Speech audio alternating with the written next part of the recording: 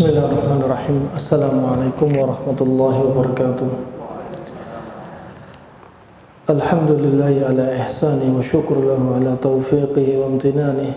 Wa ashhadu an la ilaha illallah ta'ziman li sya'nih. Wa ashhadu anna Muhammadan abduhu wa rasuluh ad-da'i ila ridwanih. Amma ba'd. Pada kesempatan pertama ini, sesi pertama ini, kita akan membahas lanjutan dari At-Tibbun Nabawi, pembahasan terkait dengan keagungan Allah Subhanahu wa Ta'ala dari makhluknya, yaitu seekor lalat, sekaligus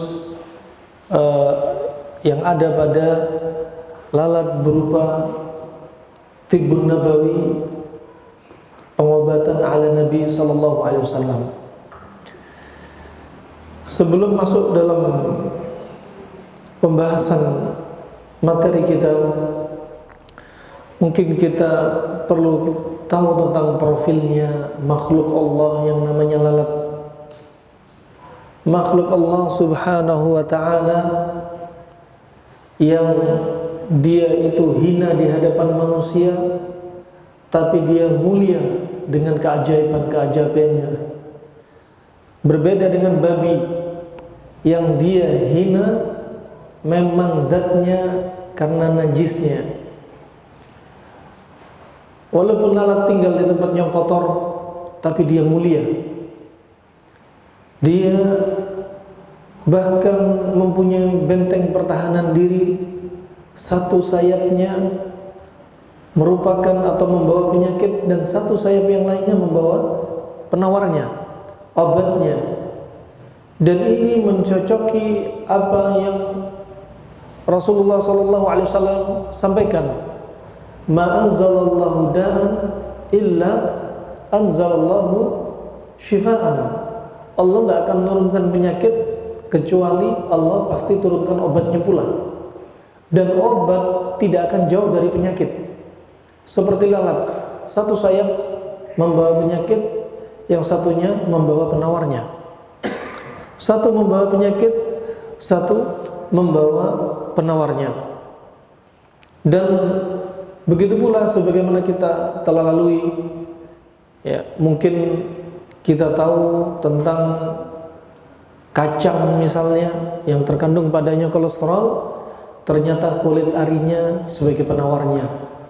Begitu pula jeruk, ya, yang ada serabutnya sebelum kita makan tanpa dibersihkan adalah penawar dari rasa asam yang ditimbulkannya. Begitu pula salak yang ada kulit arinya. Salak jika dimakan menimbulkan konstipasi, ketika ada kulit arinya ternyata ada penawarnya. Begitu pula ketika Anda mungkin masak, ya, sayur yang ada padanya melinju, ya, sayur-sayuran, kemudian dipasangkan badannya ada daun melinju, ya, yang itu juga penawarnya. Ternyata gak jauh dari obat itu, gak jauh dari lawannya. Rahimani wa rahimakumullah, Allah Subhanahu wa Ta'ala menciptakan lalat tentunya ada hikmahnya. Sebagaimana ditanya seorang salaf, ya, dia namanya Al-Mansur, pernah ditanya, ya Aba Abdillah, lima khalaqallahu ad-dhubab? Wahai Aba Abdillah, kenapa Allah ciptakan lalat? Kemudian berkata Al-Mansur, dia adalah Al-Khalifah Abu Ja'far, yaitu Abdullah. Jawab dia, kenapa diciptakan lalat? Liyudhilla al-jababirah ad-dhubab, dhaka at-ta'iru as-saghir fi hajmihi wal-haqir fi madharih al-muz'ij bi raqasatih wa naghamatih, ayatun ala dha'fil insani wa ajzih wa qudratul khaliqi wa wahdaniyatih. Kata Al-Mansur, Abu Ja'far Abdullah, dia mengatakan, kenapa Allah ciptakan lalat? Allah ciptakan lalat untuk menghinakan orang-orang yang sombong. Yang mana lalat ini termasuk hewan kecil yang bersayap. Ukurannya kecil, dia hina dalam penampilannya, dia bising dengan suara terbangnya dan dengungannya, tapi dia adalah tanda-tanda kekuasaan Allah atas lemahnya manusia dan kemampuan Sang Khalik yang menunjukkan tauhidnya dalam perkara rububiyahnya, yang Allah ciptakan seekor lalat ini. Lalat ini untuk menambah keimanan kita, kita juga perlu tahu tentang anatomi lalat, bagaimana Allah ciptakan dengan keagungannya, keajaibannya. Lalat ini yang mempunyai kekhususan, spesifikasi yang dimiliki lalat, dia ini memiliki 6 kaki dan 1 kepala, dan punya perut serta dada, dan dia mempunyai 2 mata yang tersusun pada masing-masing matanya 6.000 mata-mata kecil. 1 mata 6.000, di dalamnya ada mata-mata kecil. Jadi 1 mata ternyata 6.000 titik-titik mata itu di kanan dan 6.000 titik mata di kiri. Subhanallah. Ya. Dan dia juga mempunyai kornea, sebagaimana manusia mempunyai kornea. Dan dia juga mempunyai syabakah kuzahiyah, ya, yang dia hampir sama dengan iris. Dan setiap mata ini terkandung padanya 48.000 saraf, hanya seekor lalat. Dan setiap mata ini ada padanya jarak mata sekitar 1/2 miliar atau 1/2 juta mak'ab. Miliar dalam bahasa Arab juta, ya. Jadi banyak sekali sel-sel saraf di mata lalat ini. Lalat mempunyai sekitar lalat tadi mempunyai jarak matanya lalat tadi sekitar 1/2 milimeter, bukan miliar, milimeter. Ya, mak'ab itu hitungannya. Dan mata-mata lalat ini mempunyai sel-selnya juga terkandung padanya sekitar 10 malayin, 10 juta sel. Wa malayin khaliyah jusmaniyah, begitu pula 1 juta sel di tubuhnya. Wa milyun khaliyah asabiyah, dan 1 juta sel saraf. Wa waznu dimaghuha 1 min milyun juz' min jaram, dan timbangan otaknya lalat ini kalau ditimbang yaitu 1/1 juta gram. Nah, ini lalat nih, otaknya kalau ditimbang demikian. Dan dengan kelebihan Allah yang Allah ciptakan seperti ini, lalat begitu ajaib, ya, begitu ajaib. Dan jenis lalat ini mencapai sekitar 100 jenis lalat, dan dia bisa hidup di semua tempat, ya, di tempat yang hawanya, semua hawa bisa, kecuali di daerah kutub, daerah yang sangat dingin. Lalat ini tidak bisa hidup di situ. Daerah dingin biasa, daerah panas dia bisa bertahan. Dan hidupnya lalat yang Allah ciptakan dengan sekian banyak jenisnya, dan jumlahnya lalat di muka bumi sekian banyaknya, itu mereka hanya hidup sekitar 2 pekan. Sekitar 2 pekan. Allah Subhanahu wa ta'ala menantang mereka, orang-orang yang sombong. Sebagaimana Allah sebutkan dalam surat Al-Hajj ayat 73. Ya ayyuhan nasu duriba mathalun fastami'u lah. Innal ladhina tad'una min dunillah lan yakhluqu dhubaba walau ijtama'u lah. Walau ijtama'u lah. Kata Allah Subhanahu wa ta'ala, wahai para manusia, telah dibikinkan permisalan. Ya, satu permisalan, yaitu untuk manusia. Fastami'ulah, dengarkanlah permisalan ini. Ya. Sesungguhnya orang-orang yang mereka itu berdoa kepada selain Allah, beribadah kepada selain Allah, seandainya mereka berdoa kepada selain Allah, mereka ini diperintah untuk menciptakan seekor lalat, nggak akan bisa.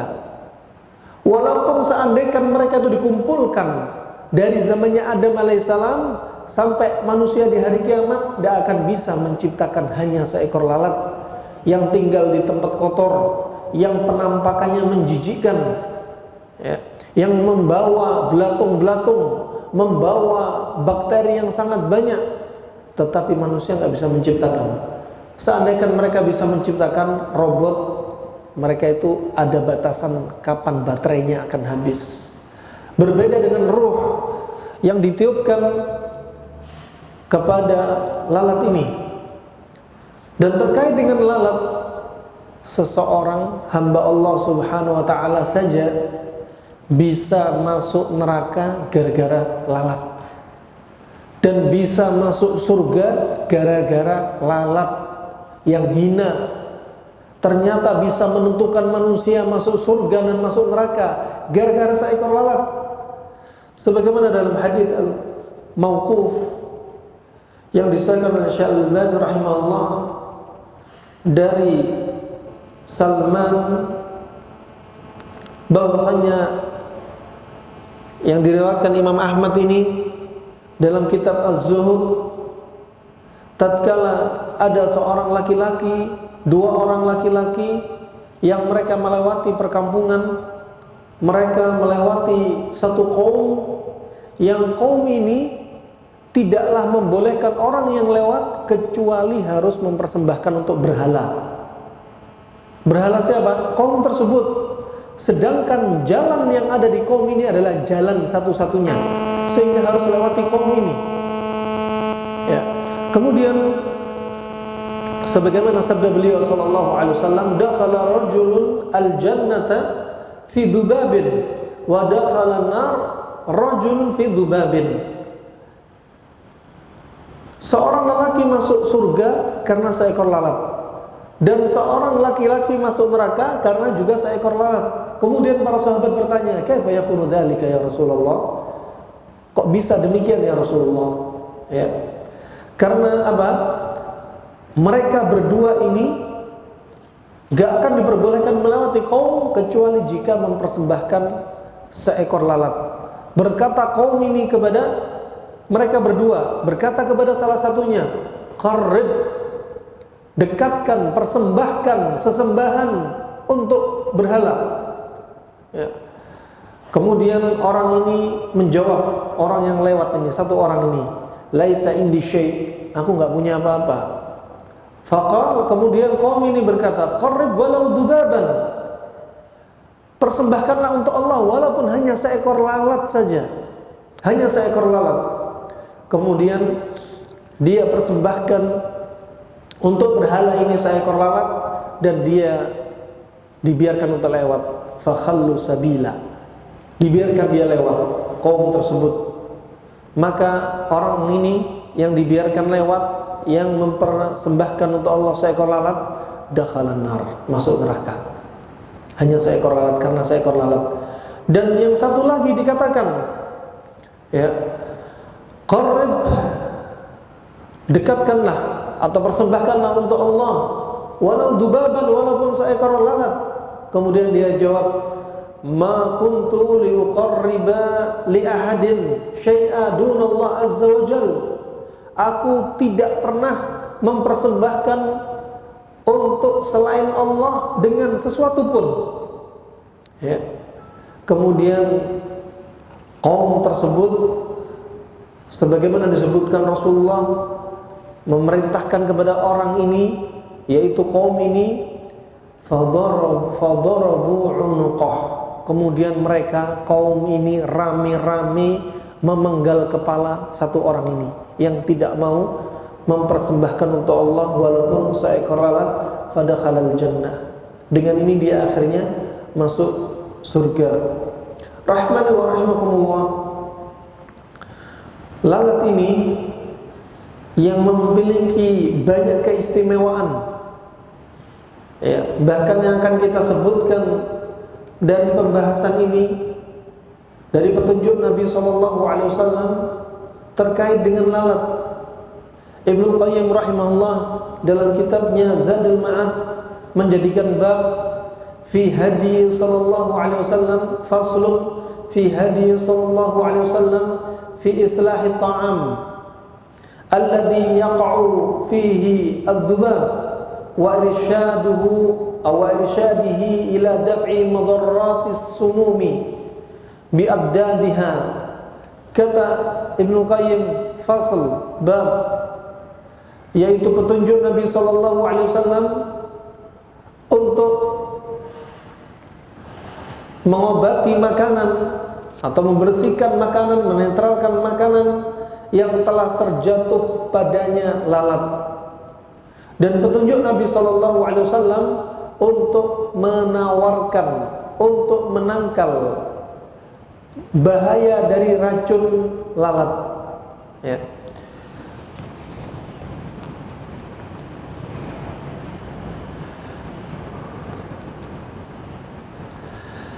Fi sahihaini, dalam sahihain,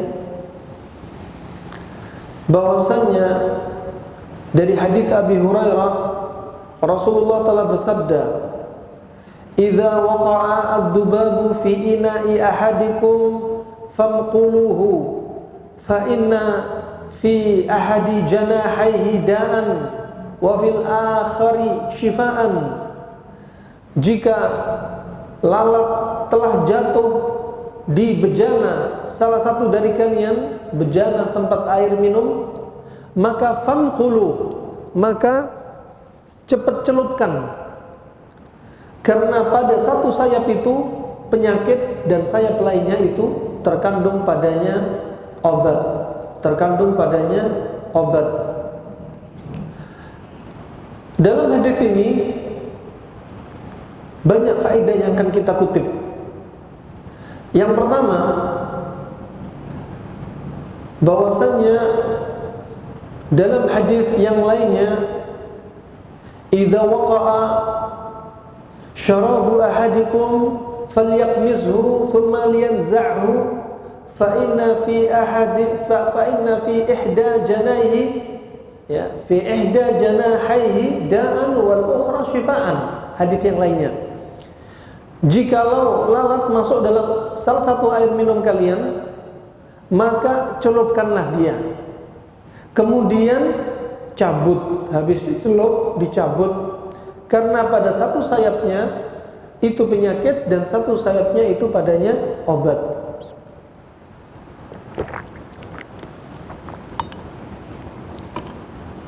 Hadis ini riwayat Imam Al-Bukhari. Adapun hadis yang pertama riwayat Imam Bukhari dan Imam Muslim tidak mengeluarkannya. Nah,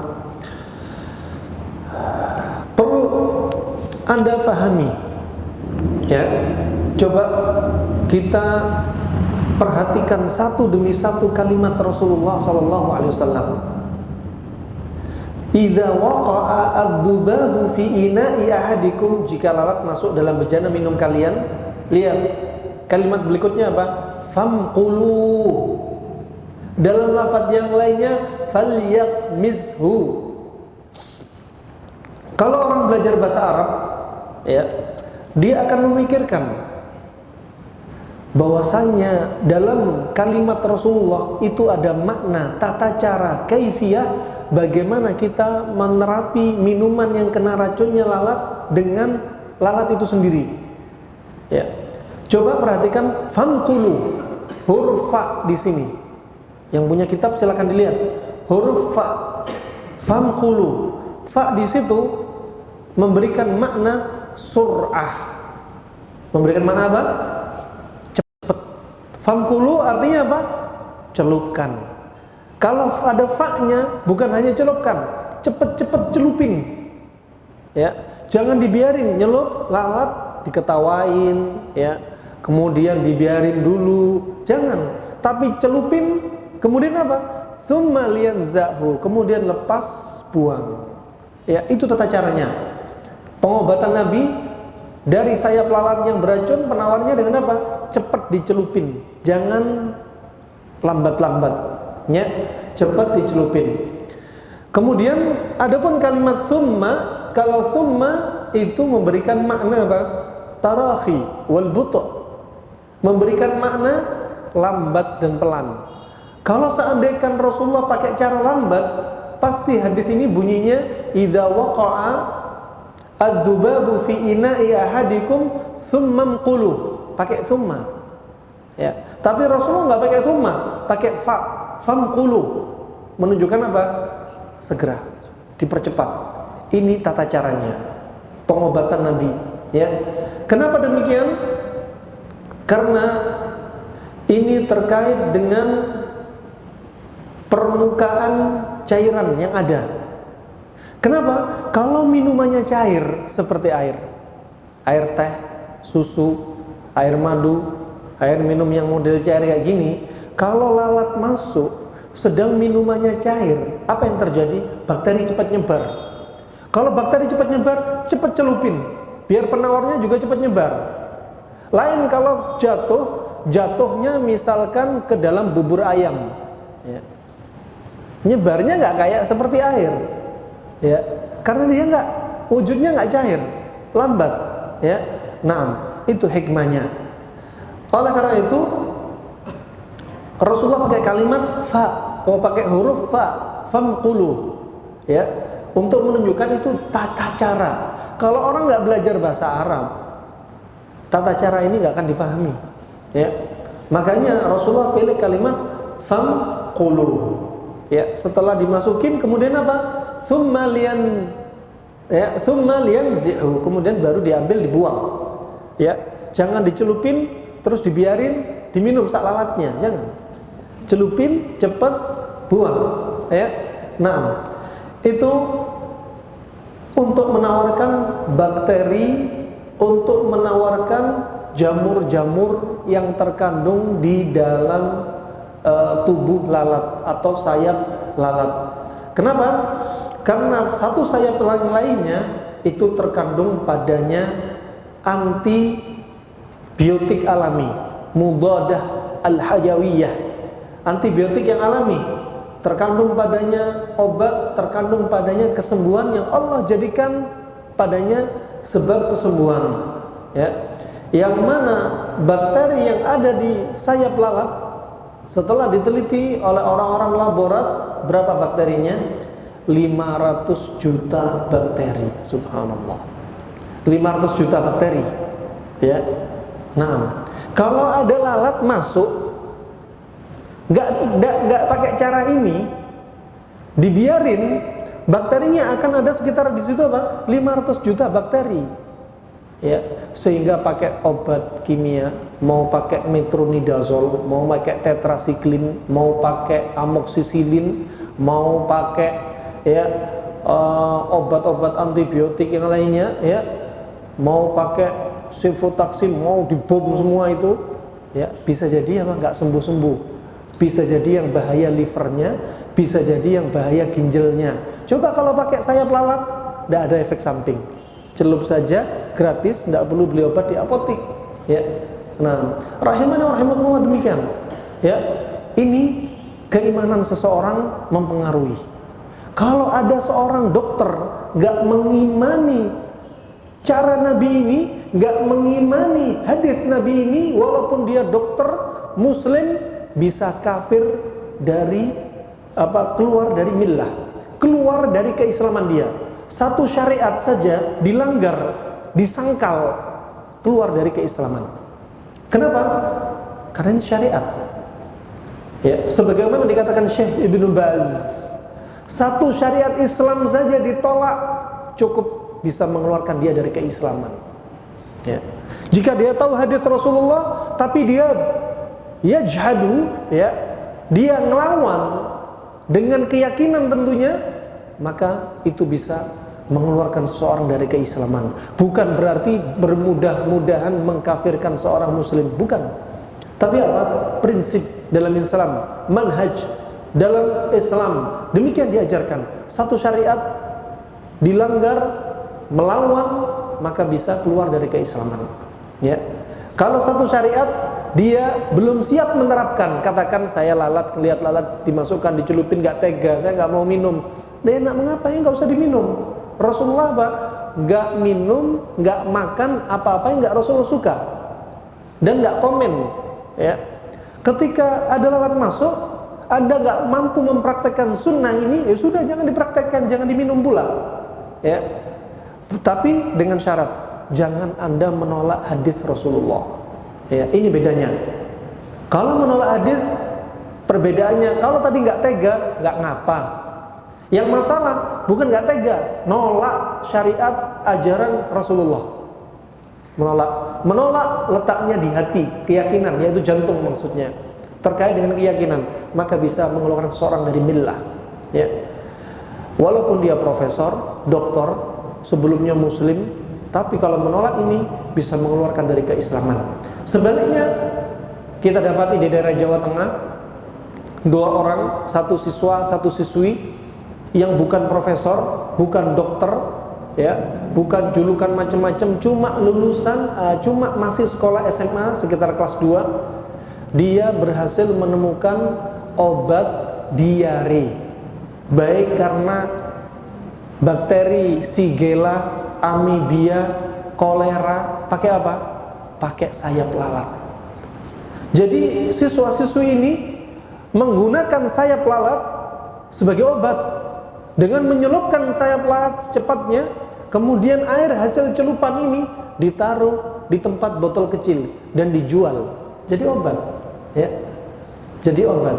Nah, anak siswa tapi pinter, beriman sekaligus menemukan obat. Ya, subhanallah, ya.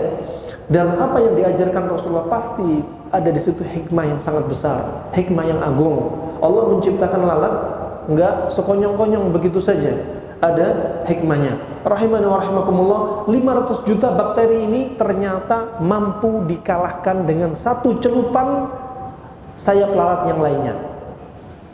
Subhanallah. Dan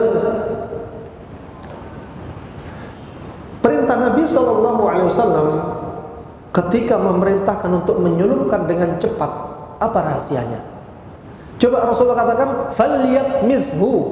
Ini lalat masuk, langsung tekan, celupin yang keras, celup. Setelah itu cepat ambil, buang. Jangan dibiarin diminum sama lalatnya, nggak boleh. Ya, celup, buang.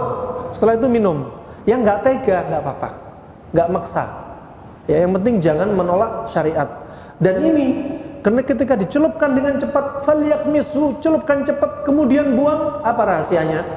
Disebutkan oleh orang-orang yang telah meneliti, ya, dari proses-proses dari hadis Rasulullah ini, ketika dipraktekkan ternyata di situ nampak hikmah yang sangat agung. Apa? Mekanikia ifrazi al-madah al-fa'alah. Subhanallah. Ketika dicelupkan dengan kencang, ternyata itu adalah mekanika, tata cara, strategi untuk mengeluarkan enzim, ya, yang enzim itu adalah unsur yang sangat fa'alah, sangat mujarabah, sangat teruji untuk membunuh bakteri, ya, untuk membunuh bakteri yang dia fungsinya sebagai obat, Sekarang, ya, kenapa ketika dimasukin Rasulullah nyuruh cepat, celup, buang, ternyata kekuatan kita, kecepatan kita nyelup itu posisinya seperti bom. Ya. Bom apa? Bom yang keluar dari sayapnya lalat untuk melawan bakteri-bakteri, sehingga meledak dengan cepat. Racun yang sudah nyebar di air, ketika ditekan, dia seperti bom yang meledak, langsung penawarnya nyebar ke semua air. Subhanallah. Ya, ini yang ditemukan oleh siswa-siswi, ya, anak-anak Indonesia yang masih duduk di kelas 2 SMA. Subhanallah. Ya. Maka cara ini ternyata adalah cara yang menurut Rasulullah ini falyakmisu atau famqulu, yaitu cara untuk meledakkan penawar dari racun-racun yang ada di sayap yang lainnya. Dan setelah dicelupkan, kemudian enzim atau yaitu zat-zat yang keluar sebagai antibakteri tadi, setelah diteliti oleh ahli laborat, ternyata yang dikeluarkan di sayap satunya adalah merupakan antibiotik alami yang dikenal dengan actinomycetin, yang dikenal dengan actinomycin. Ini dua jenis antibiotik alami yang ada di lalat, actinomycetin dan actinomycin, yang dua-dua ini bisa membunuh 500 juta bakteri dari sayap lalat yang lainnya atau di dalam tubuh lalat, ya. Yang mana dua jenis antibiotik alami ini menghasilkan, yaitu dihasilkan dari bakteri Actinomyces, yang dia adalah lawan dari bakteri atau penawar dari bakteri E. coli, Entomobacoli, yang biasa menceret-menceret diare, permisi. Ya. Nah, adapun jikalau lalat tadi tidak dicelupkan dengan cepat, dengan hentakan, maka dua jenis antibiotik alami ini tidak keluar dengan maksimal. Ya. Kalau masukkan juga jangan pelan-pelan.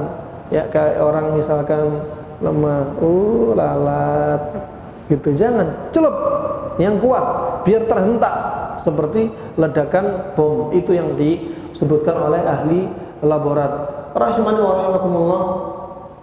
Ya, dengan Anda melakukan hal ini, Anda telah menjadikan sebab dari kesembuhan, mencegah penyakit seperti diare, juga sekaligus Anda mendapatkan pahala dengan menjalankan sunnah nabinya sallallahu alaihi wasallam. Ya.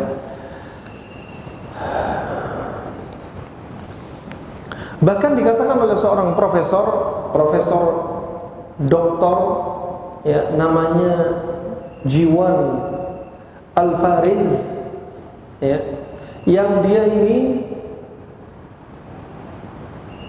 telah menemukan, yang dia merupakan profesor di salah satu universitas di Tokyo.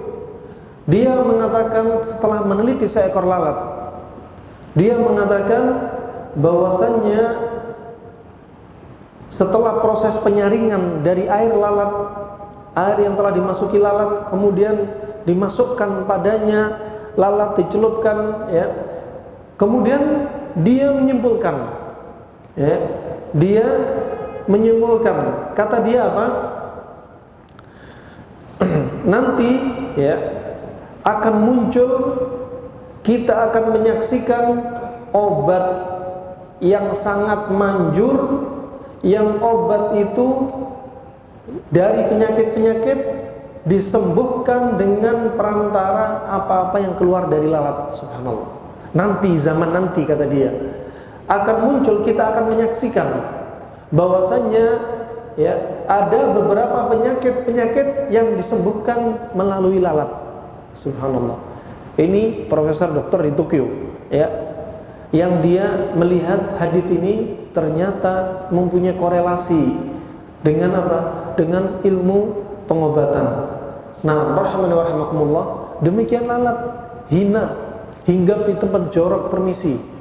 Penampilannya, ya, sangat nggak enak dipandang, suaranya menjengkelkan, Ya, kalau dicelup ternyata ada kandungannya obat.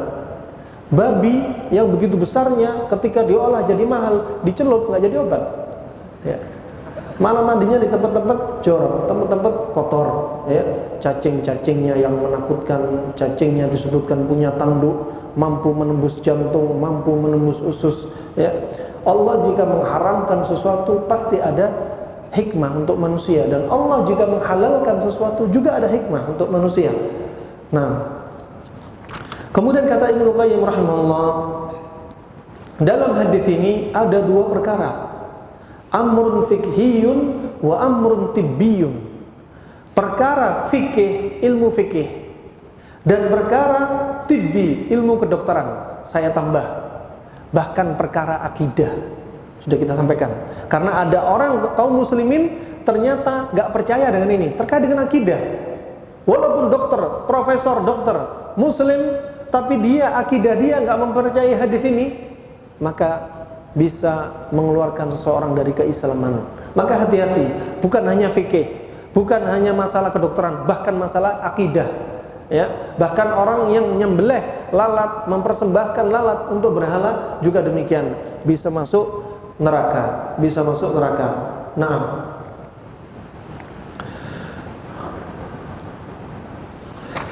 Kemudian kata Ibnu Qayyim rahimahullah, dari sisi fikih di situ dalil, ya, bahwasannya lalat jika mati di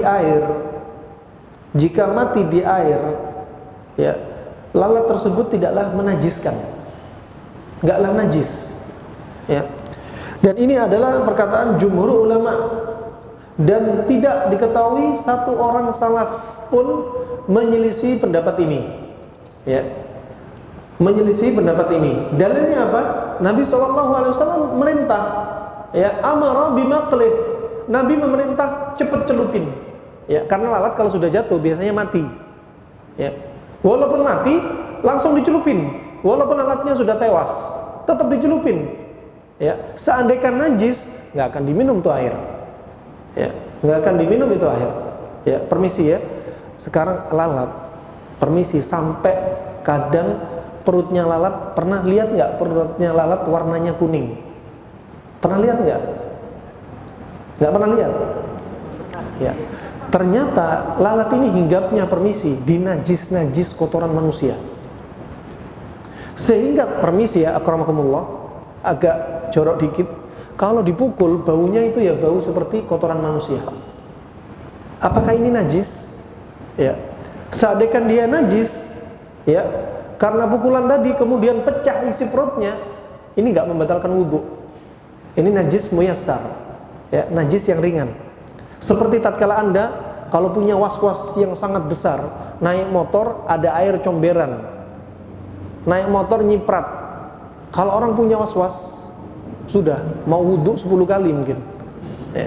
Yang demikian menurut pendapat para ulama, ini yang najasa, ya, ini yang ringan, khafifah, nggak mengapa, ya, nggak mengapa, ya. Begitu pula dengan lalat, ya, muyassarah, yang sedikit dan ringan, khafifah, ya, maka yang demikian tidak mengapa. Dan maklum, kata Ibnu Qayyim, lalat itu kalau sudah kecelup air dia mati, dia cepat mati, ya. Maka dia nggak najis, tapi langsung dicelupin dan dibuang. Apalagi kalau air minumnya air yang panas, maka matinya dia lebih cepat dan nyebarnya bakteri juga lebih cepat. Makanya celupinya juga cepat, ya, dicelupin cepat. Nah, tapi ingat, kita katakan bukan berarti kita boleh makan lalat, ya. Hanya cara ini saja untuk menawarkan, bukan berarti menghalalkan lalat untuk dimakan, karena dia termasuk apa? Al-khaba'ith, ya. Termasuk yang diperbincangkan di sini dengan pengobatan apa? Yang terkenal mengobati sakit liver, tipes dengan menggunakan apa? Cacing. Cacing termasuk menjijikkan, ya, apalagi diternakan. Kebayang gimana ternak cacing di dalam rumah pakai paralon tuh, ya. Nah, kemudian di perut isinya, ya, ada yang langsung direbus seperti mie, langsung dimakan, ya. Ada yang dijemur dulu, dikeringkan, baru dimasukin kapsul. Ya, itu hanya penampilan saja, intinya sama, cacing. Ya. Nah, demikian rahimani wa rahimakumullah. Ya, ternyata makanan yang sudah kemasukan lalat tadi ya dibetulkan atau diperbaiki dengan cara Nabi SAW dengan menyelupkannya, Dan kata Ibnu Qayyim rahimahullah, ini juga termasuk hewan-hewan yang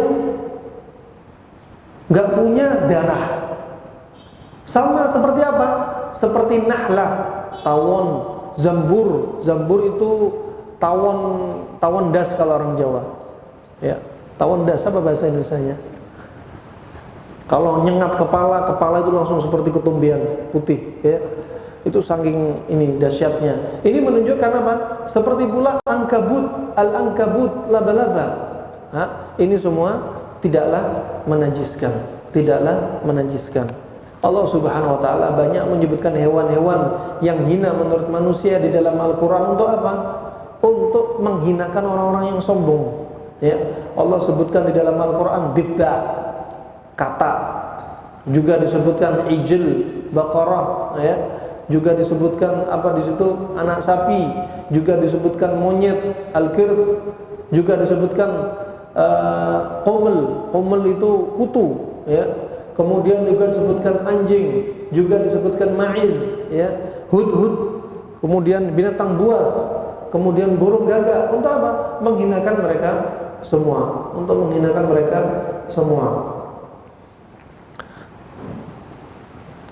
Kemudian yang berikutnya amrun tibbi. Adapun amrun tibbi, perkara kesehatan, perkara kedokteran, yaitu dengan mencelupkan tadi keluarlah obat-obat, ya. Keluarlah obat-obat penawar seperti actinomycin dan actinomyces, ya. Actinomycin dan actinomicetin dan actinomycin yang untuk membunuh sekitar 500 juta bakteri dari tubuh dan sayap lalat. Rahimani wa rahimakumullah, lalat itu ternyata ya punya makna besar. Orang kalau mimpi lalat saja, ya hati-hati kalau mimpi lalat. Orang-orang kalau mimpi lalat belum tentu buruk. Ya, kita akan sebutkan tafsir mimpi lalat. Ya, untuk menghibur Anda semua. Ibnu Sirin juga Ibnu Syahin menyebutkan tentang takwil mimpi lalat.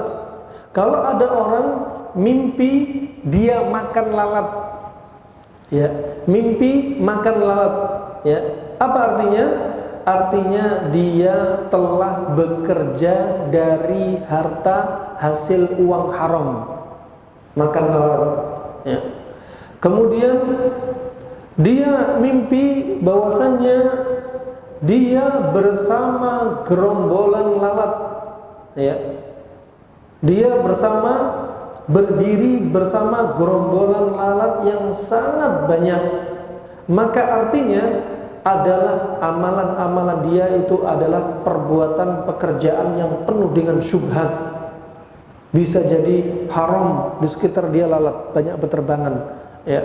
Maka itu pekerjaan dia berupa banyak pekerjaan yang haram. Dan orang yang mimpi membunuh lalat, ya, atau mimpi lalat satu dengan lalat yang lainnya saling bunuh-bunuhan, ya, maka mimpi dia ini terkandung padanya kabar gembira, yaitu Allah akan bebaskan dari dia rasa sedih, ya. Allah akan jadikan dia orang yang hatinya tenang, ya, karena lalat itu bikin bising, bikin sesak dada, ya. Ketika lalat sudah kelihatan saling bunuh-bunuhan atau kita membunuh lalat, berarti Allah akan cabut dari diri kita rasa sedih, dan kita akan dapati rasa roha, tenang dan aman, ya. Kemudian jika orang melihat lalat keluar dari mulutnya, dari mulut orang yang mimpi, apa tafsirnya? Yaitu bahwasannya orang ini adalah orang yang banyak ngomong, orang yang banyak bicara, baik dia mimpi sendiri atau dia diimpikan oleh orang lain, atau dia diimpikan oleh orang lain.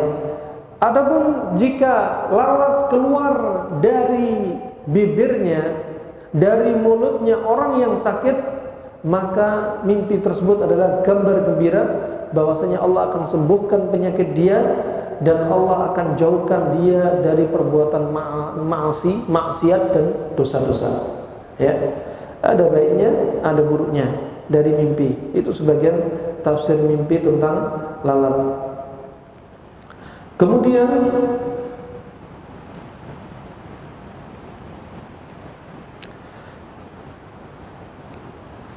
lanjut Ibnu Qayyim rahimahullah masih seputar lalat. Kata beliau, waqad dzukiru ghairu wahidin minal atibba, lebih dari satu orang dokter, ahli kedokteran, lebih dari satu orang di masa Ibnu Qayyim sekitar kurun ke-7, 700-an Hijriah. Ya. Kata beliau apa? Anna las'az zumbur wal aqrab idza dullika mawdi'ahu bidzubab nafa'a minhu naf'an bayyinan wa sakkanah. Kata Ibnu Qayyim bahwasannya sengatan tawon das. Tawon apa tadi kalau sini bahasa Indonesia? Tawon apa? Tawonnya seperti tawon kumbang. Ya. Besar ya. Kalau disengat itu subhanallah muntah-muntah mungkin orang ya. Ini orang kalau kena gigitan tawon semacam ini dan kalau kena gigitan al-aqrab kalajengking ya. Apa yang dilakukan? Ambil satu biji lalat, kita katakan satu biji atau satu buah, satu ekor lalat punya ekor. Nah, anggaplah satu ekor lalat kita ambil, kemudian diapakan? Diletakkan di atas sengatan tawon atau sengatan kalajengking, kemudian diuyel-uyel, dipenyet, diuyel-uyel lalat tersebut. Diletakkan di atas apa? Sengatan. Kata Ibnu Qayyim apa? Ini memberikan manfaat yang jelas sekali dan mengurangi rasa nyerinya. Siapa yang mau coba? Nah, jangan sampai kalau sakit gigi gusi ambil lalat dimasukin gini. Nah, ini apa? Gigitan tawon sama gigitan kalajengking. Ingat, kita katakan ini bukan dari Nabi. Kali ini bukan dari Nabi. Dari Ibnu Qayyim dan para dokter. Jangan salah lagi. Nanti bilang itu si Ustadz Fulan itu bilang lalat itu bisa mengobati sengatan kalajengking dan sengatan tawon dengan cara lalat dipenyet di atas lukanya. Ini pengobatan Nabi lah kan? Salah paham. Ya. Ini bukan dari Nabi, tapi dari pengobatan Arab. Dan ini katanya dia sudah teruji coba. Ya. Yang mau mencoba silahkan. Ya. Nggak mengapa, kan ada di situ ada bakteri positifnya. Nah, wa ma dzaka illa lil madati allati fihi minasyifa, dan yang demikian itu enggaklah kecuali kenapa? Karena zat yang ada pada lalat yang terkandung padanya obat ya. Wa idza dullika bil waram,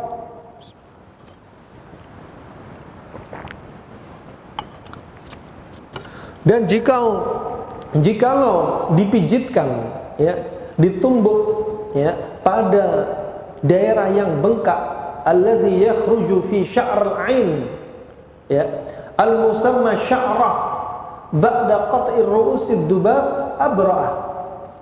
Jadi ada benjolan ya, keluar dari ujung benjolan itu rambut. Apa namanya? Ya. Kalau kita lihat ini sering terjadi biasanya orang-orang yang kerja di sawah atau di tempat-tempat peternakan hewan sering kita dapati. Jadi namanya ini penyakit sya'rah. Apa itu? Jadi bulu rambut tubuh kita dari kaki, dari tangan, anggaplah ini ya, yang ada rambutnya itu ada pori-porinya. Kadang dalam pori-pori ini masuk ya, sering pernah kita dapati tahun 2000 kasus seperti ini. Ada seorang pemuda sekitar umur 20 tahun, dia tugasnya membersihkan kotoran kuda ya. Tiba-tiba di jempol kakinya bengkak besar. Setelah bengkak besar, di tempat keluarnya rambut itu ada semacam nanah pus, ya. Nah, ini namanya sya'rah. Sya'rah. Caranya apa? Pakai lalat, lalatnya kepalanya dibuang, kemudian ditekan-tekan ke lokasi luka tadi. Ini yang bisa kita sampaikan pada kesempatan kali ini, ya. Mungkin ada pertanyaan, dipersilahkan. Falyatafaddal. Kalau nggak ada pertanyaan, kita masuk sesi kedua dari kitab berikutnya.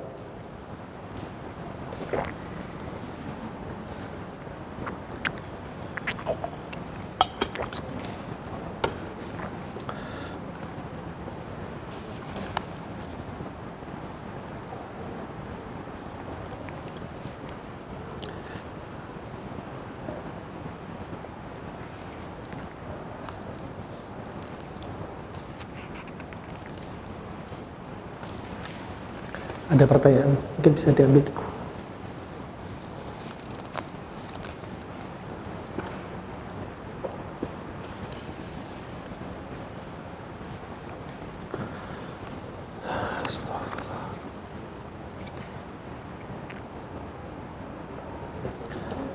Bagaimana kalau kita melihat makanan dihinggapi lalat sehingga kita tidak mau memakannya? Apakah kita salah?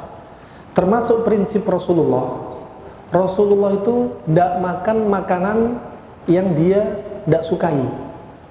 Ya, seperti dalam hadis Maimunah, tatkala Maimunah menyajikan di meja hidangan Rasulullah 3 menu makanan, satu dari menu itu adalah daging kadal Arab. Panjangnya 1,5 meter sampai 2,5 meter. Jangan diartikan daging biawak. Daging biawak itu haram. Punya taring, punya cakar, makan bangkai, makan ular, makan ayam, maka jangan dimakan. Kalau ada saudara kita pakai senapan angin dengan gagap gempita dan sombongnya berhasil nangkep biawak, jelaskan kepada dia, ini haram untuk dimakan. Ya. Adapun ad-dhab, kalau diartikan daging biawak, maka ini salah fatal, haram. Bedanya antara haram dengan halal. Adapun dhab, daging kadal Arab, yang dimakan hanyalah serangga dan tanaman-tanaman herbal. Dia tinggal di padang pasir. Ketika Rasulullah tanya kepada Maimunah, Khalid bin Walid dan Ibnu Abbas, yang Maimunah merupakan bibi dari keduanya, setelah dijelaskan ini daging kadal Arab, Rasulullah tidak mau makan. Kemudian sahabat bertanya, aharamunhu, apakah daging kadal Arab ini haram? Kata Rasulullah apa? La, innama huwa laisa bi ardi qaumi fa ajidu nafsi u'afu. Bukan, aku bukan mengharamkan, cuma apa?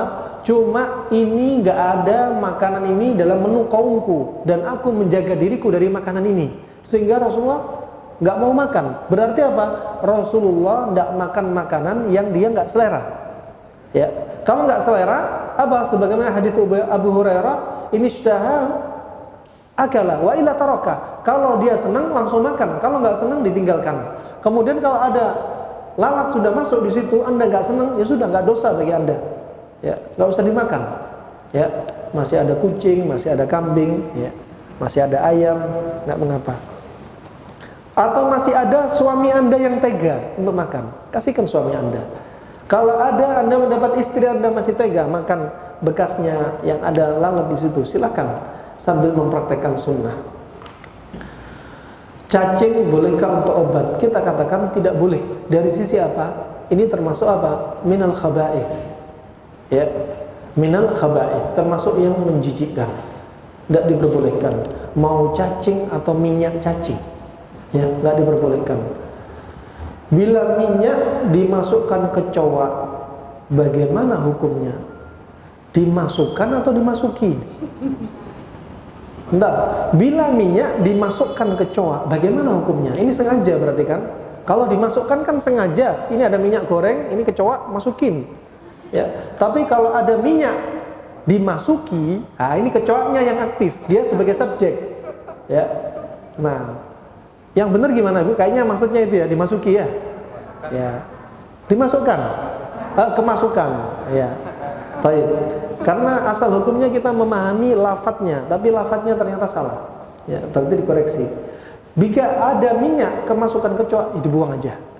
Ya, jangan dicelupin terus dibuang. Kecoa bukanlah lalat.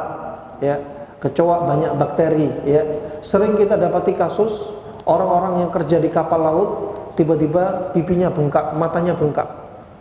Sebagian dokter Arab nggak tahu diagnosanya apa. Ya, kita paling curiga cuma satu, kemungkinan dia kena kencingnya kecoa. Ya, jadi kencing kecoa sangat bahaya, beracun. Ya, apalagi kalau dia sudah masuk, dia ingin bertahan hidup, mau naik dindingnya, botolnya minyak kepreset, akhirnya stres kencing, naik lagi stres kencing. Jadi minyak gorengnya campur sama kencing kecoa, dibuang aja. Ya, insya Allah 2 pertanyaan sudah cukup. Berikutnya, ya, insya Allah pertemuan berikutnya kita jadikan 2 sesi. Sesi pertama masih kita bicara tentang Tibbun Nabawi. Sesi kedua kita membaca kitab Syarah Thalathatul Usul, ya, yang dikarang oleh Syekh Muhammad bin Abdul Wahhab An-Najdi dan disyarah oleh Syekh Muhammad bin Shalih Al-Utsaimin. Ya, kitab ini kitab yang sangat penting, baru diketahui oleh kaum muslimin, ya, tentang perkara akidah, tentang 3 hal utama. Yang 3 hal ini kita akan ditanyai di alam kubur. Man rabbuk, siapa Rabb kamu? Wa man nabiyyuk, siapa nabi kamu? Wa ma dinuk, apa agama kamu? Akan ditanya, dan ini dijelaskan biar kita bisa menjawab. Ya, biar kita bisa menjawab. Ya. Taib. Sebagaimana kaidah dalam pepatah tak kenal maka tak sayang, kita harus tahu biografi sang penulis. Ya. Perlu diketahui para hadirin rahimani wa rahimakumullah, bahwasannya Al-Arab, orang-orang Arab di masa lalu sebelum diutusnya Nabi Muhammad SAW, ya, didapati banyak malapetaka dari kesyirikan, dari kekufuran, dari kefakiran, dari perpecah belahan, ya, sangat banyak sekali. Dan Allah Subhanahu wa taala tatkala menginginkan bagi mereka orang-orang Arab, ya, dan juga syariat ini untuk semua hamba Allah di muka bumi, Allah ingin bebaskan mereka dari jurang kehinaan, dari jurang kekufuran dengan diutusnya Nabi Muhammad SAW. Ya, yang Nabi Muhammad SAW mendakwakan tauhid, ya, mendakwakan tauhid, membersihkan darinya kesyirikan. Ya, kebanyakan kaum muslimin zaman sekarang gak paham untuk apa Rasulullah diutus. Sehingga karena ketidakfahaman mereka terjatuh dalam kesyirikan yang pada hakikatnya Rasulullah memerangi seperti umat yang dahulu diperangi oleh Rasulullah. Sama, syirik mayoritas termarak di muka bumi dari zaman dahulu, dari zamannya Nabi Nuh alaihissalam sampai di zaman kita sekarang, di zamannya Nabi Muhammad sampai zaman kita sekarang. Syirik nomor 1 yang paling marak di muka bumi adalah syirik dalam perkara tawassul, tawassud, istighatsah. Ini syirik yang paling banyak. Gak ada bedanya masa lalu sampai masa sekarang. Bahkan bedanya yang masa lalu lebih mending, yang sekarang lebih parah. Ini akan kita bahas. Ya, orang-orang musyrik di masa lalu mereka terjatuh dalam kesyirikan apa? Al-uluhiyah. Karena tauhid dibagi menjadi 3, tauhid rububiyah, uluhiyah, asma wa sifat. Adapun orang musyrik masa lalu, mereka mengokohkan Allah lah yang mencipta kita, mencipta semesta alam, Allah lah yang memberi rizki, Allah yang mengatur alam semesta ini. Mereka mengakui, ya. Tetapi dalam perkara uluhiyah, peribadatan, mereka menjadikan berhala-berhala itu bukan zatnya berhala yang disembah, tapi mereka hanya menjadikan berhala itu sebagai perantara untuk mereka dengan Allah. Sebagaimana Allah berfirman mengisahkan ucapan mereka, apa kata mereka? Ma na'buduhum illa liyuqarribuna ilallahi zulfa. Kami ini enggak ngibadahi, enggak ibadah kepada berhala. Kami ini hanya ibadah kepada Allah, cuma berhala ini untuk mendekatkan diri. Ya. Mereka terjatuh kesyirikan ini dalam perkara apa tadi? Uluhiyah. Rububiyah, mereka meyakini Allah itu Rabb yang mencipta, memberi rezeki, mengatur semesta alam. Ya. Adapun musyrik-musyrik masa lalu sama masa sekarang, ya, terjatuh dalam kesyirikan semacam ini sama.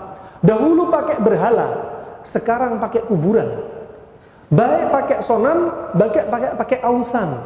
Apa bedanya sonam sama ausan? Kalau ausan lebih umum, baik pohon, kuburan, sapi, umum. Tapi kalau as-sonam itu berhala atau sesajen yang dipersembahkan yang wujudnya itu makhluk hidup. Kalau mereka nyembah, anggaplah mereka nyembah apa? Nyembah sapi, itu berarti sonam. Kalau mereka nyembah pohon, itu berarti ausan. Ya, ausan. Dan rahimani wa rahimakumullah, orang masa lalu menjadikan berhala. Orang zaman sekarang menjadikan kuburan wali fulan. Hampir sama. Hakikatnya mereka niatnya sama. Mereka bukan nyembah kuburan, tapi menjadikan kuburan sebagai perantara biar sampai kepada Allah. Dalam hal ini, mereka ini mau menyamakan Allah dengan makhluknya. Loh kok bisa? Bisa. Mereka mengatakan syubhat mereka,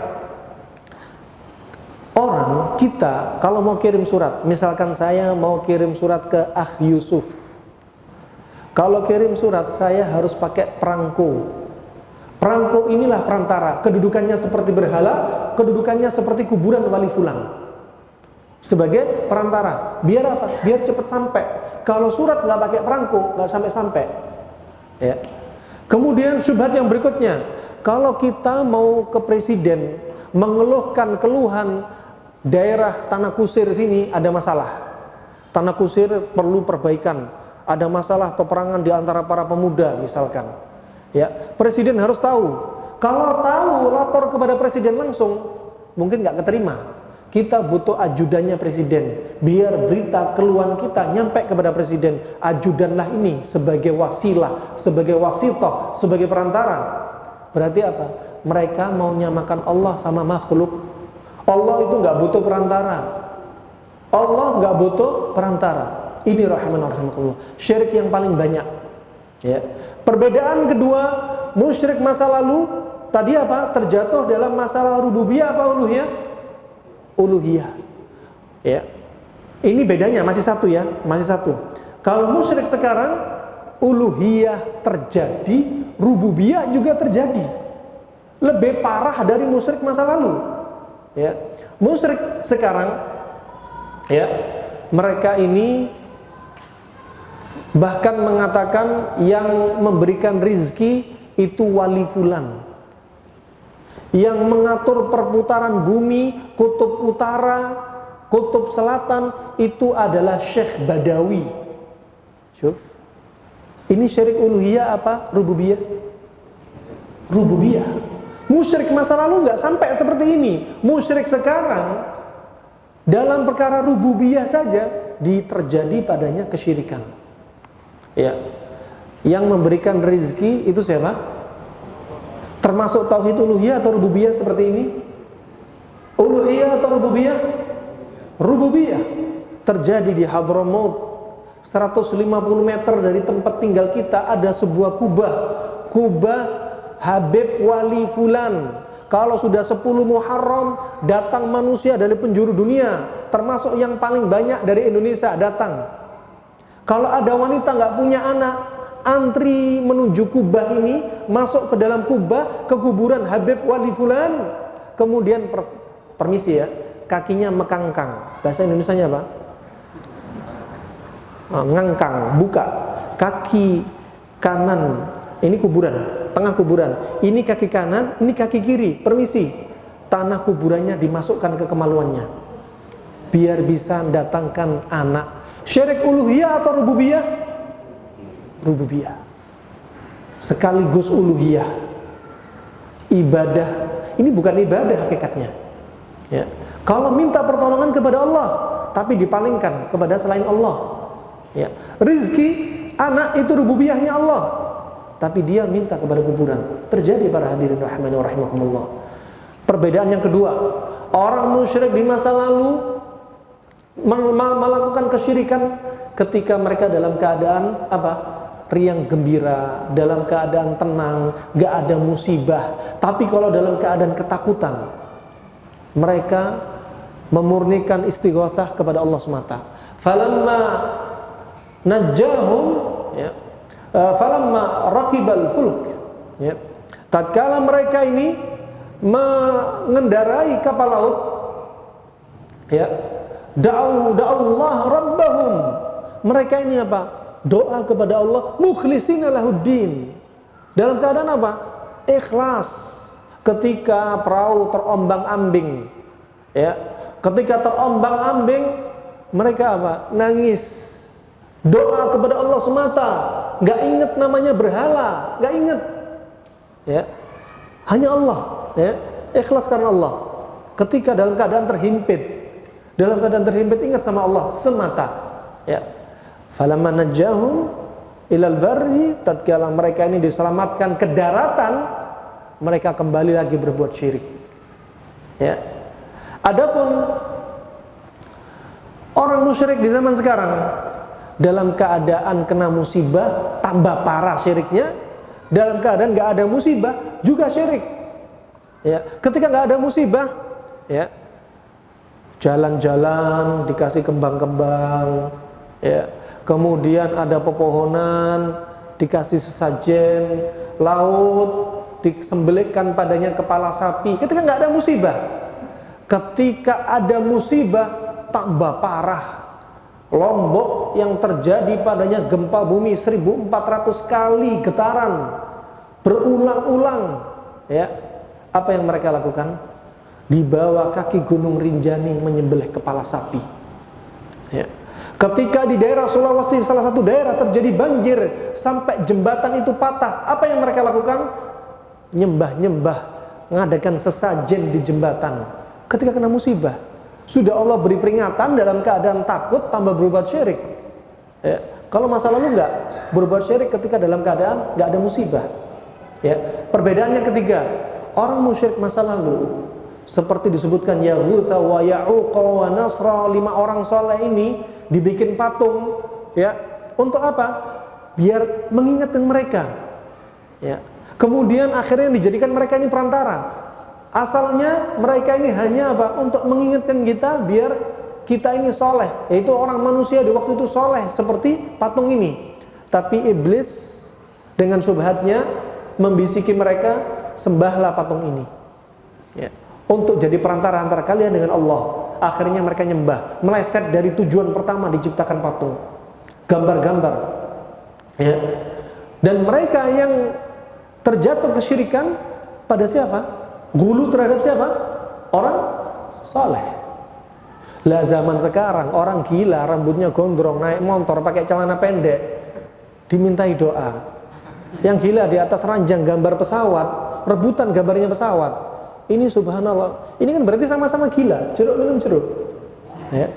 Lah ini dulu orang soleh, orang sekarang ndak solehnya saja dimintai, dijadikan tawassul, dijadikan dalam perbuatan kesyirikan. Lebih parah apa enggak? Lebih parah. Nah, ini rahimani wa rahimakumullah, ya. Rasulullah sallallahu alaihi wasallam yang Allah perintah untuk menegakkan tauhid, ya, untuk membersihkan akidah kaum muslimin dari kekufuran, dari kesyirikan. Dan ini dakwah ini timbul di zaman Nabi SAW. Tauhid berhasil ditegakkan. Dan setelah lenyapnya kurun al-mufaddalah, setelah lewat kurun ketiga, kurun keempat, sahabat tabi'in, tabi'in, ya. Setelah lewat masa ini, mulailah lenyap tauhid itu, mulai sirna, kecuali hanya sedikit yang menegakkan tauhid. Dan muncullah aliran-aliran yang menyimpang. Pertama kali muncul marak-maraknya sekitar 4 firqah ini, ya. Gak usah kita sebutkan dulu, ya. Ada babnya. 4 firqah ini muncul pada kurun keempat. Dari 4 firqah ini bercabang, cabang lagi, ya. Nah, dalam cabang yang sangat banyak, ya. Setelah kurun al-mufaddalah, sehingga banyaklah bermunculan kebid'ahan, khurafat, dan mereka kembali kepada wathan, berhala-berhala. Juga mereka mengagungkan kubah-kubah, kuburan-kuburan. Sampai sekarang ibu-ibu, bapak, lihat kalau Anda pergi ke Jakarta keliling, ada kubah-kubah, orang zikir di situ.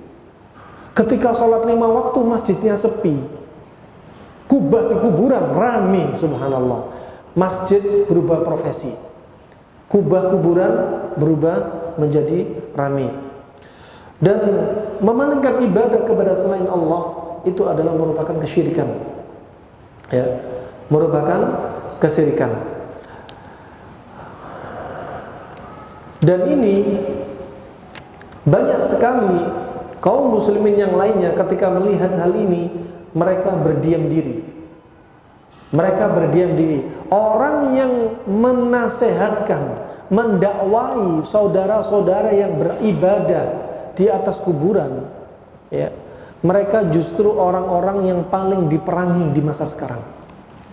Orang yang mendakwahkan tauhid adalah orang-orang yang diperangi. Masa demi masa umat semakin rusak, jelek tambah jelek. Sebagaimana disebutkan dalam hadis, ya, disebutkan riwayat dari Anas bin Malik, bahwasanya tidaklah zaman demi zaman setelah zaman Nabi Muhammad itu pasti lebih buruk. Memang ada zaman setelah Nabi Muhammad masih baik, seperti khilafah yang dipegang Umar bin Abdul Aziz sampai hampir tidak didapati kezaliman. Kemudian masa nanti yang akan datang setelah kita nanti, yaitu Imam Mahdi, ya, juga zaman yang penuh dengan cemerlang, ya. Begitu pula Isa alaihissalam, ya.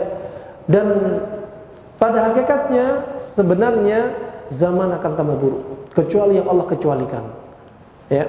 Dan buruknya manusia ini, tetap Allah akan kirim manusia-manusia untuk memurnikan tauhid lagi, memurnikan akidah kembali. Sebagaimana hadis yang diriwayatkan oleh Abu Daud, dengan sanad yang sahih, disahihkan oleh Al-Hakim dan juga Al-Iraqi, As-Sakhawi dan yang selainnya, bahwasanya sabda Nabi SAW, innallaha yab'atsu ala ra'si kulli mi'ati sanah man yujaddidu li hadhihi al-ummah amra diniha. Kata Rasulullah, sesungguhnya Allah akan mengirim pada setiap 100 tahun itu ada orang yang dikirim oleh Allah untuk memperbarui umat ini dalam perkara agamanya, ya. Kalau mujaddid di zaman sebelumnya dikatakan Syekh Al-Albani rahimahullah termasuk mujaddid fi hadzal asr, ya. Ada yang mengatakan juga Syekh Muqbil rahimahullah termasuk mujaddid juga, ya, fi hadzal asr. Kata Ibnu Katsir, mujaddid itu tergantung fan ilmunya berbeda. Ada yang mujaddid dalam perkara ilmu nahwu, ada yang mujaddid dalam perkara hadis, ada yang mujaddid dalam perkara akidah, ada yang mujaddid dalam sebagian ilmu yang lainnya. Ini kata Ibnu Katsir rahimahullah. Jadi yang kita maukan di sini, dari rusaknya umat, Allah kirim Syekh Muhammad bin Abdul Wahab An-Najdi, ya, At-Tamimi, ya. Dajjal itu juga Tamimi loh nanti, ya. Syekh Muhammad bin Abdul Wahab An-Najdi juga Tamimi, ya. Nah, kadang ada orang yang ta'assub dengan qabilah, ta'assub dengan golongan.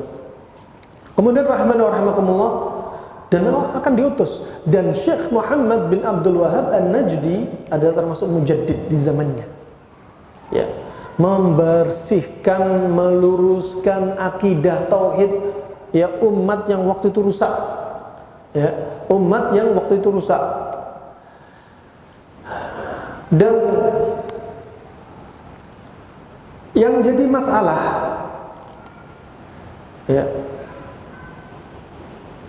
di zaman sekarang umat kembali, di antara mereka ada yang nyembah pohon, takut sama pohon, takut sama penjaga perempatan jalan, takut sama penjaga laut, takut sama Nyi Roro Kidul, ya, takut sama, subhanallah, ini semua kesyirikan.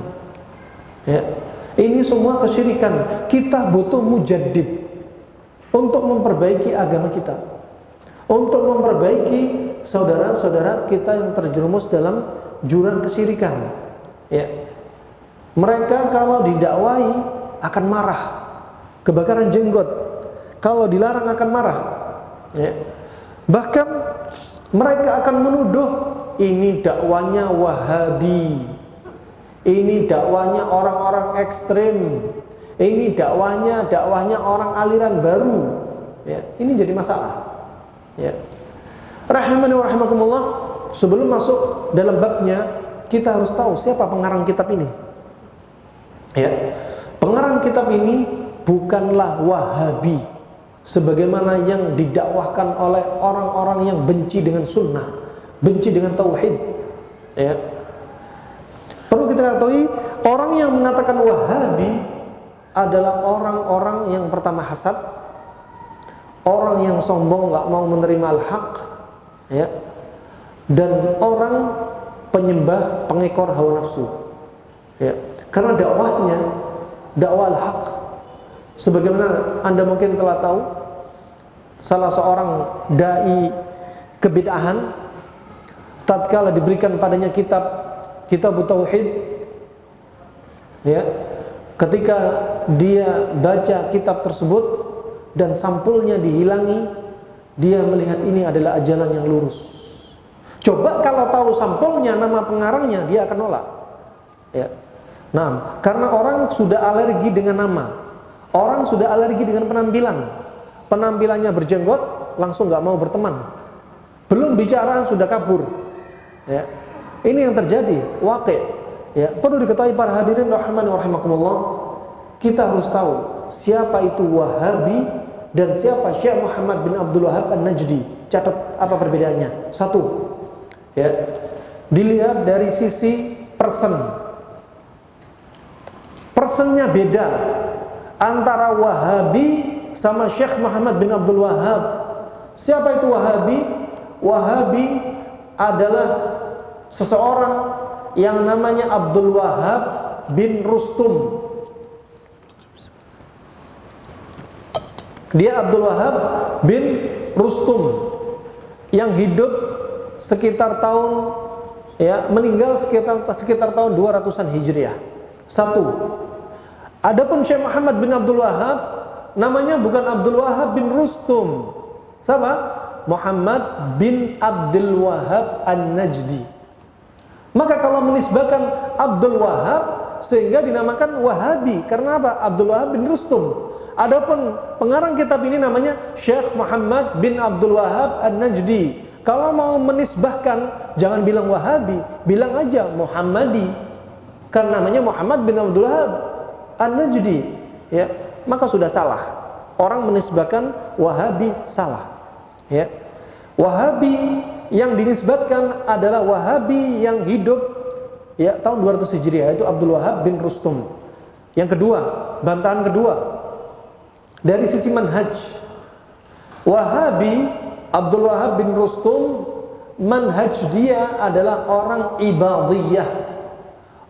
ibadiyah, aliran sesat, ya, yang dia ini tidak mengagungkan dalil-dalil dari Al-Quran dan Sunnah, dan dia ini juga tidak memahami dalil-dalil dari Al-Quran dan Sunnah, tidak mengagungkan tidak memahami, tidak mengamalkan. Ya, ini orangnya. Manhajnya Ibadiyah Abdul Wahab bin Rustum. Jazakallahu khair. Ini perbedaan yang kedua. Adapun Syekh Muhammad bin Abdul Wahab An-Najdi, dia adalah seorang ahlu sunnah salafi, ta'ifah mansurah, dai tauhid.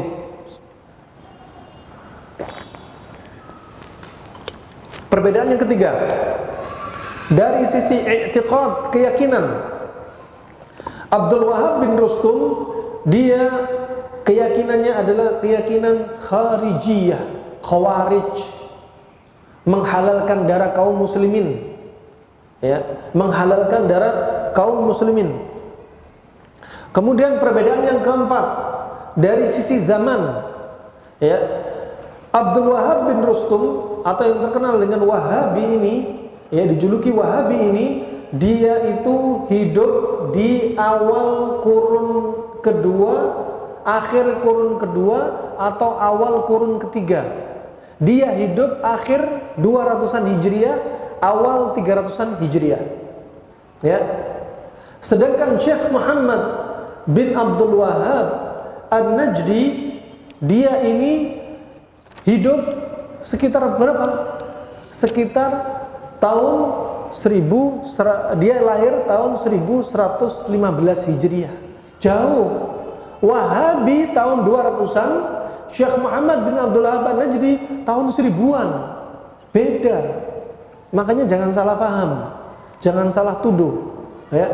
Kenapa? Kalau ada saudaranya nuduh, ya, misalkan ya kafir, maka mangqala li akhihi ya kafir ara ilaih, kata Rasulullah, barang siapa yang mengatakan kepada saudaranya hai kafir, istilah kafir kembali kepada dia. Sama, bukan hanya kafir, barang siapa yang mengatakan kepada saudaranya ya hizbi, hizbi itu kembali kepada dia kalau istilah itu nggak pas untuk dia. Ya ahlul bid'ah, kalau istilah ahlul bid'ah itu nggak pas untuk dia, nggak layak untuk dia, istilah itu kembali kepada dia. Begitu pula kalau dia katakan ya wahabi, kalau istilah ini dikatakan kepada dia, sedangkan dia ini dai sunnah, gak layak dijuluki sebagai wahabi, wahabi istilah itu kembali kepada orang yang mencela dengan wahabi. Subhanallah. Hati-hati para hadirin, ya. Maka beda, sudah beda, tahunnya beda, persennya beda, manhajnya beda, i'tiqadnya beda, zamannya beda. Yang berikutnya adalah perbedaan yang keberapa? Kelima. Yang kelima yaitu laqabnya. Kita katakan laqabnya, siapa dia? Namanya Wahabi karena siapa? Abdul Wahab bin Rustum.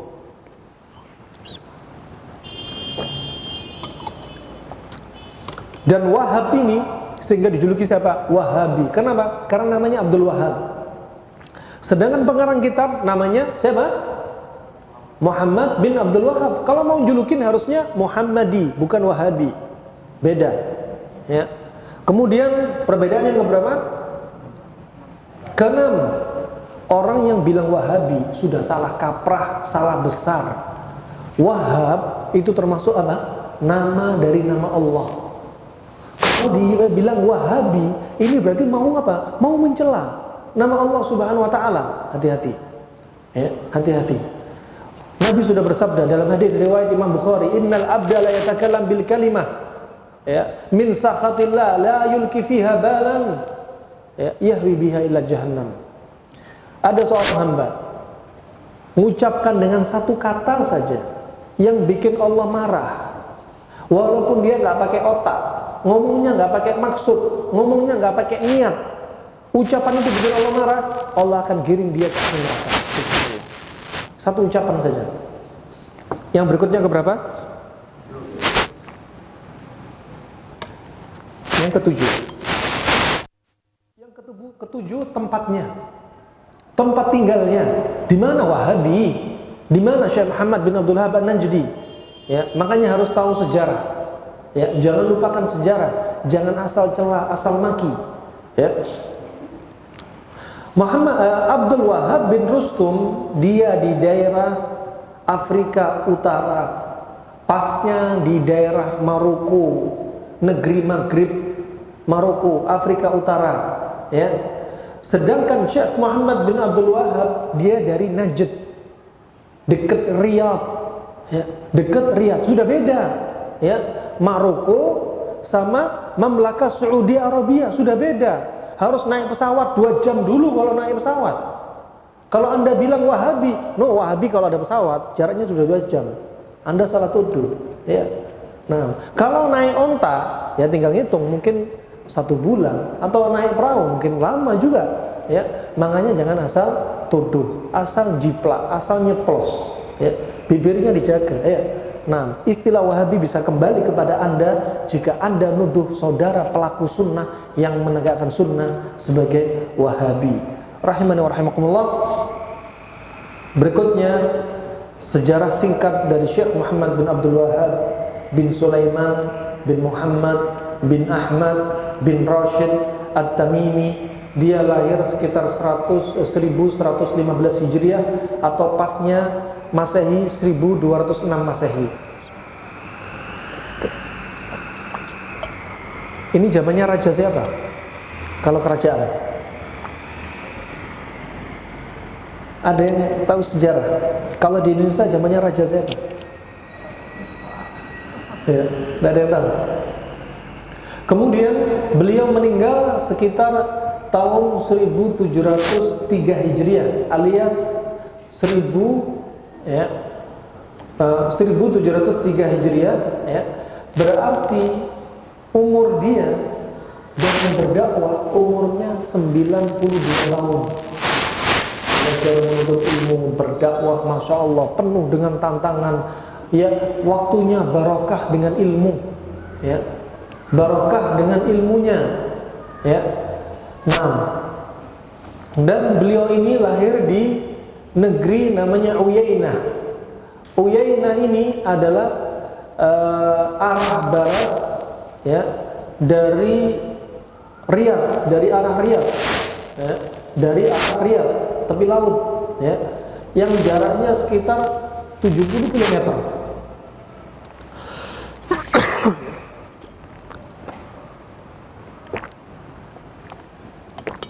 Dan Syekh Muhammad bin Abdul Wahab An-Najdi, dia ini dibesarkan oleh bapaknya namanya Abdul Wahab di negeri itu, di Uyainah. Di zaman kepemimpinan waktu itu dipimpin raja waktu itu Abdullah bin Muhammad bin Hamad bin Muammar. Dia ini Allah berikan kecerdasan, otaknya cerdas, bodinya kuat, badannya kokoh. Allah berikan dia, dan dia bisa dibedakan dengan orang yang lainnya. Saking cerdasnya dan badannya kokohnya, sangat beda sekali dia. Ya, postur dan akalnya sangat diketahui kalau dia Syekh Muhammad bin Abdul Wahab An-Najdi. Dan dia sudah hafal Al-Quran sebelum dia balik. Hafal Al-Quran sebelum dia balik, sebelum 10 tahun. Dan dia ini balik sudah mimpi, yaitu mimpi basah, ihtilam, sebelum genap umur 12 tahun. Dan bapaknya melihat dia ini orang yang ahli sholat, selalu sholat jamaah dan sholatnya baik, hafal Al-Quran, akhlaknya bagus, sholatnya bagus, sehingga apa? Dinikahkan sama bapaknya ketika umur 12 tahun, ya. Bapak ibu ada yang ini tega menikahkan anaknya umur 12 tahun, ya. Tega saja bu, nggak apa-apa. Anak sekarang lebih dewasa. Dua disebutkan oleh, ya, oleh pihak pemerintah dari hasil penelitian bahwasannya anak umur 12 tahun di zaman sekarang 90% sudah lihat film porno. Makanya nikahkan anak Anda. Ya, ini di zaman dahulu bapaknya apa? Sangat menjaga anaknya. Tidak pengen anaknya itu hilang hafalannya gara-gara melihat maksiat. Lah maksiat zaman dahulu nggak seperti sekarang. Orang berpakaian tapi telanjang di masa lalu nggak seperti sekarang. Ya, sekarang vulgar sekali berpakaian tapi telanjang, permisi, minimalnya you can see, minimalnya pakaiannya transparan, pakaiannya ketat, jilbabnya gaul, apalagi yang di pinggir laut. Ya, nah seperti apa, ikan asin jejer gitu ya. Ini sudah nggak ada seperti di zaman mereka, Syekh Muhammad bin Abdul Wahab, apalagi di zaman Rasulullah SAW. Ya, perzinahan masa lalu nggak semarak zaman sekarang. Orang pezina masa lalu pakai baju rapet, ya, nggak seperti masa sekarang, ya, murah meriah, ya. Orang dibiarkan melihat kenikmatan aurat wanita yang bukan mahramnya, ya. Kalau seperti permisalan seperti Anda lihat mungkin orang yang pakai hijab sama tidak pakai hijab. Orang pakai hijab saja bisa terjatuh padanya perzinahan. Apalagi yang tidak pakai hijab. Apalagi kalau anak-anak wanita yang tidak pakai hijab. Ya, permisalannya seperti apa? Permen yang ada bungkusnya sama yang tidak ada bungkusnya. Ya. Permen yang tidak ada bungkusnya pasti dihinggapi lalat banyak. Pasti akan dihinggapi oleh orang-orang yang akhlaknya bejat, akan mendekati orang yang nggak pakai hijab, ya. Dan Syekh Muhammad bin Abdul Wahab dinikahkan dalam keadaan umurnya masih kecil. Zaman sekarang anak kecil sudah bisa berimajinasi bagaimana mau berbuat zina karena sudah melihat gadget, setan gepeng ini sudah dilihat, ya. Sehingga mereka tahu, sudah punya imajinasi, ya. Masa lalu, jangankan masa lalu, ketika kita masih di Yaman saja. Ketika kita masih di Yaman, ya, anak kecil dinikahkan 12 tahun sama 12 tahun. Ya, ketika habis nikah, masuk kamar sore hari, ya, mereka ngobrol. Katanya kalau habis akad nikah kita punya anak. Padahal mereka nggak mengapain. Ya. Kemudian ada bola masuk ke kamar mereka. Anak-anak kecil main bola. Anak itu masuk ngambil bola, delunyur masuk begitu saja. Selonong boy ini anak ini. Ketika masuk, apa yang didapati? Kata dua pasangan ini, lah itu anak kita, katanya. Saking nggak tahu cara bikin anak, itu masih ada di Yaman. Ya, cara bikin anak nggak tahu. Pernah ada seorang mahasiswa, salah satu mahasiswa di daerah provinsi Mukalla, Hadramaut, ya, anak Indonesia ini, ya, didatangi orang Badu. Apa katanya? Ya Fulan, kamu nikah sama anakku ya. Melihat orang Badu biasanya ibu, Pak, seminggu aja belum tentu mandi. Hari Jumat baru kalau tahu syariat. Kadang kalau nggak tahu syariat sebulan belum tentu mandi. Kebayang nggak bagaimana kalau hubungan intim suami istri sama-sama nggak mandi? Baunya kayak apa? Datang sudah baunya bau kambing. Rambut keriting, baju compang-camping, warnanya warna debu, baunya sudah bau pesing. Ini orang Badu. Ya, datang kepada anak Indonesia ini karena melihat akhlaknya anak Indonesia sangat baik, mulia, lembut pikir dia. Ya. Nak, kamu nikah sama anakku ya. Sudah ngelihat penampilan, mana mau dia ditawari anaknya kan? Enggak Pak, syukuran jazakallahu khair. Cukup, terima kasih. Kamu jangan nolak dulu. Kamu sholat istikharah dulu, lihat anakku baru jawaban nanti baru muncul. Ya, besok saya datang. Kamu sholat istikharah dulu. Dibiarin beberapa hari dia sholat istikharah, datang nih orang Badu lagi. Gimana? Mau lihat anakku? Ya sudah, lihat anak kamu. Diajak ke kampung Badu, pucuk gunung, ya. Akhirnya ketemu melihat anaknya yang masih gadis, yang masih kecil. Ketemu anaknya, dia langsung jatuh cinta ternyata. Ternyata orang Badu punya anak cantik, kata dia. Akhirnya ya sudah, berlangsunglah akad nikah. Ya, sambil dia kuliah belajar. Selama setiap harinya sampai 1 bulan, ditanyai sama teman-temannya, gimana? Hal dakhal? Kamu sudah dukul? Ya, kalimat ini di sana bukan aib. Tadi malam sudah sukses belum? Ya, sudah melakukan hubungan intim belum? Ya, selama 1 bulan dia ternyata nggak bisa melakukan hubungan intim. Apa cerita dia? Mendekati istrinya lari. Dipegang bajunya, lari kabur, lari ke dapur, kejar ke dapur, lari kamar mandi, dikunci dalam kamar mandi. Nggak tahu cara bikin anak nih wanita ini. Orang Indonesia sudah tahu nih cara bikin anak. Ya. Kemudian 1 bulan berlalu, akhirnya anak laki-laki ini ya membawa kepada mertuanya. Pak, saya nggak bisa datangin dia. Gimana saya mau datangin dia? Dia lari terus. katanya. Akhirnya diajarin sama bapaknya, sudah nak, kamu pergi kuliah lagi, biar bapak kamu ini didik istri kamu ini, biarkan 1 pekan, 1 minggu kami didik anak kami ini untuk bikin anak. Jangan tanya bagaimana ya didiknya, pokoknya diajarin ya. As-su'alanil kaif bid'ah, pertanyaan bagaimana itu bid'ah, jangan. Alhasil artinya diajari. Setelah 1 minggu kemudian ya, dibawa pulang sama bapaknya kepada anak laki-laki ini orang Indonesia. Nah, akhirnya baru tahu cara bikin anak.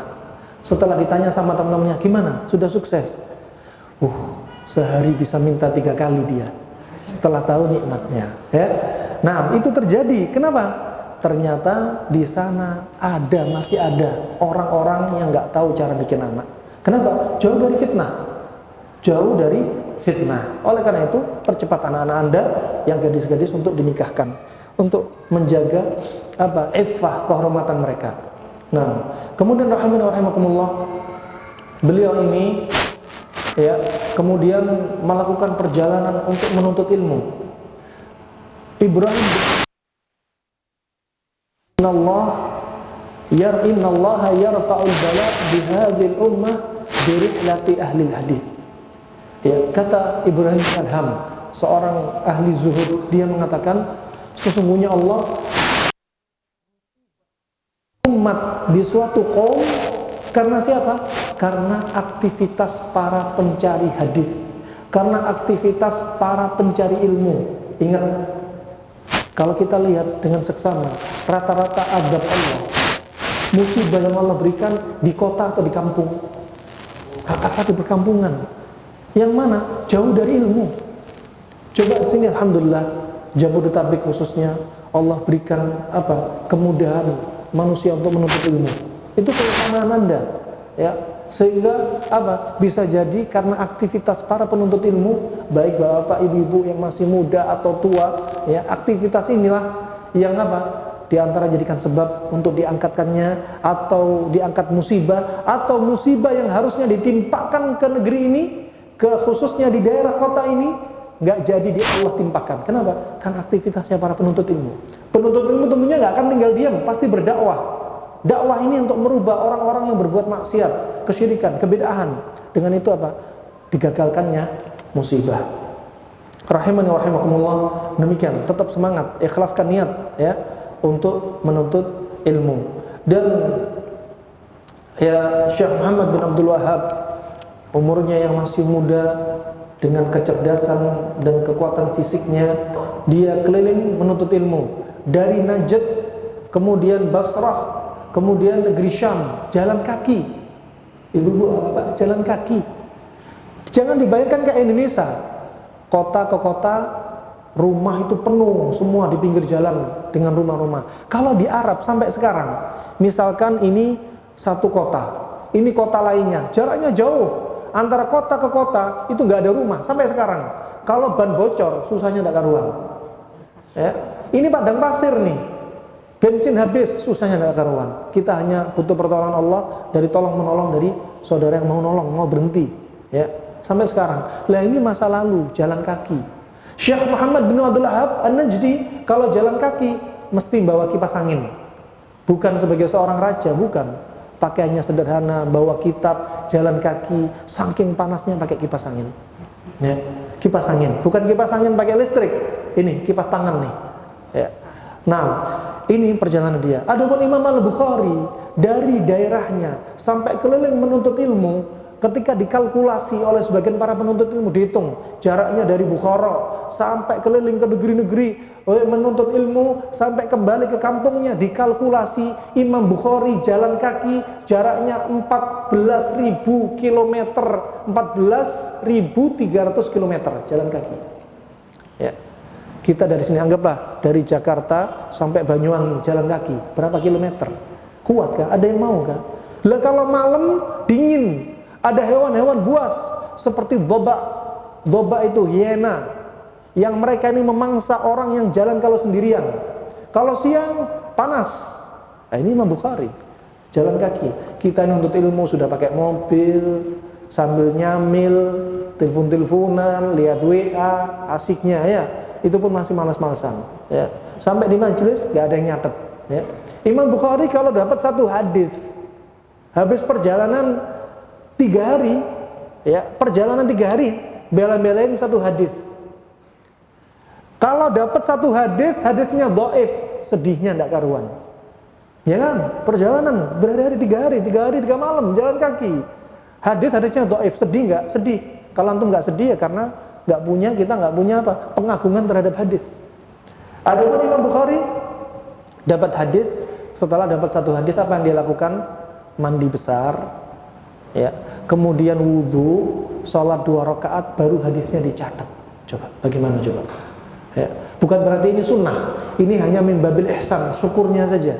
Ya, syukurnya Imam Bukhari rahimahullah. Begitu pula Syekh Muhammad bin Abdul Wahhab, dia melakukan perjalanan ke negeri dari Najd ke Basrah, ya, di Irak, kemudian ke Syam, kemudian dia ke daerah panas, syiddatur ramdha, panas banget, ya, dalam keadaan sangat panas.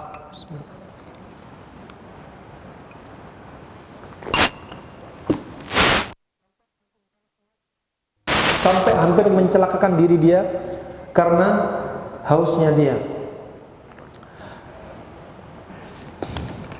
Dan beliau ini menuntut ilmu, ya, berpindah-pindah guru, ya, berpindah-pindah guru. Di antaranya dia juga pernah sampai ke daerah Ahsa, juga pernah dia sampai ke daerah Huraimla, ya, sampai ke daerah Huraimla, dan dia pernah diusir, ya, pernah diusir dari tempat dia berdakwah, ya, karena apa? Raja yang waktu itu, ya, difitnah oleh raja yang lainnya bahwasanya Syekh Muhammad bin Abdul Wahhab demikian akidahnya, sehingga diusir dalam keadaan apa? Dalam keadaan dia ini dikawal oleh pasukan yang siap membawa pedang, tetapi apa? Syekh Muhammad bin Abdul Wahhab An-Najdi terus sambil membawa kipas, sambil membaca ayat, wa may yattaqillaha yaj'al lahu makhraja, wa may yattaqillaha yaj'al lahu makhraja, wa may yattaqillaha yaj'al lahu makhraja. Diperintah oleh raja untuk memenggal kepala Syekh Muhammad bin Abdul Wahhab An-Najdi, tapi Allah jadikan mereka pedang-pedangnya berjatuhan dan mereka terjatuh. Dan kemudian Syekh Muhammad bin Abdul Wahhab An-Najdi terus melakukan perjalanannya, ya, sampai akhirnya dakwah dia diterima. Kisah yang sangat panjang, ya, kisah yang sangat panjang. Ini semua kenapa? Karena kecemburuan Syekh Muhammad bin Abdul Wahhab An-Najdi ketika melihat kesyirikan. Orang-orang Arab masa lalu saja ketika melihat pohon kurma saja, apa kata mereka? Sambil berdoa di depannya pohon kurma, ya fahlal fuhuli uridu zaujan qabla al-hauli. Sambil berdoa, coba, orang laki kepada pohon kurma. Memanggil siapa? Manggil pohon kurma. Ini syirik, ya. Aku ingin nikah sebelum 1 tahun, ya. Aneh melihat kebiasaan seperti itu, ya, yang sudah menyimpang. Di antaranya ada yang menyembah kuburan, ya, di antaranya ada yang menyembah pepohonan, di antara ada yang menyembah berhala, menyembah sapi. Maka ini menyebabkan kecemburuan Syekh Muhammad bin Abdul Wahhab An-Najdi. Melihat hal ini, Syekh Muhammad bin Abdul Wahhab An-Najdi melihat bahwasanya umat ini sudah kembali seperti kaum yang masa lalu. Sebagaimana sabda Nabi SAW, la tattabi'anna sunana man kana qablakum, bahwa sesungguhnya, ya, kaum ini, umat ini akan kembali seperti ajaran masa lalu, orang-orang musyrik masa lalu. Juga sebagaimana hadis Nabi SAW, la taqumu sa'ah hatta yu'bada fi amma min ummati awthan. Tidak akan ditegakkan hari kiamat sampai, ya, kaum itu menyembah, dari umatku itu menyembah awthan. Sekarang sudah disembah. Ini termasuk tanda kiamat kecil. Ya, tanda kiamat kecil. Juga sabda Nabi SAW, "Bada al-Islamu ghariban wa sayudu ghariban kama bada." Islam itu muncul dalam keadaan asing dan akan kembali dalam keadaan keterasingan. Di zaman sekarang, tatkala orang menegakkan tauhid, melarang kesyirikan, dianggap asing. Dianggap asing. Nah,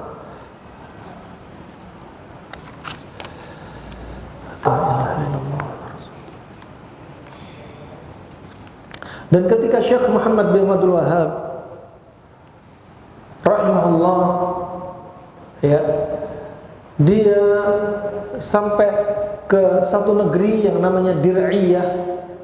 Ketika dia diusir, ketika pengawal-pengawal tadi sudah berjatuhan, pedangnya juga jatuh, akhirnya dia pada tahun 1158 setelah sholat asar, dia dijamu oleh Abdurrahman bin Suwailin dan anak pamannya yaitu Ahmad bin Suwailin.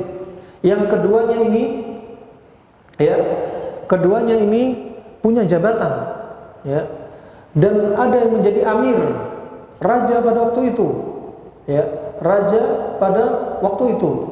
Tetapi dengan keduanya ini justru dakwah Syekh Muhammad bin Abdul Wahhab didukung, ditopang, dibantu sampai menjadi negeri tauhid sampai sekarang. Sampai Arab Saudi sampai sekarang dijuluki oleh orang-orang yang hasad sebagai negeri Wahabi sampai sekarang. Ya, ini tuduhan-tuduhan mereka, tuduhan-tuduhan mereka. Ini kisah yang sangat panjang, ya. Dan insya Allah kita cukupkan sampai di sini saja. Kisah beliau, sejarah beliau, kalau kita terjemahkan yang dikarang oleh Syekh Ahmad bin Hajar bin Muhammad, ya, ini akan menjadi kisah yang panjang kalau kita terjemahkan.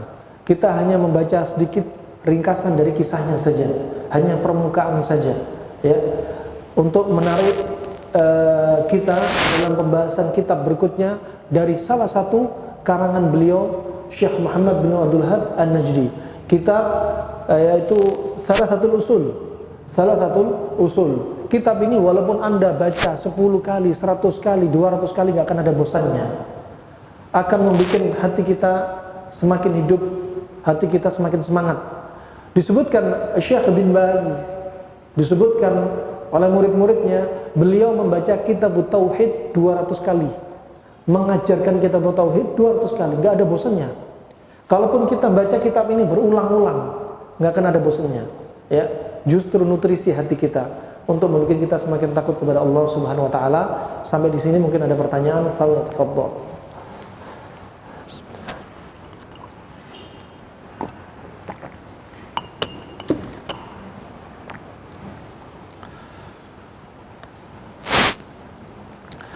Bagaimana hukumnya memakai kalung magnet yang bertulisan Allah?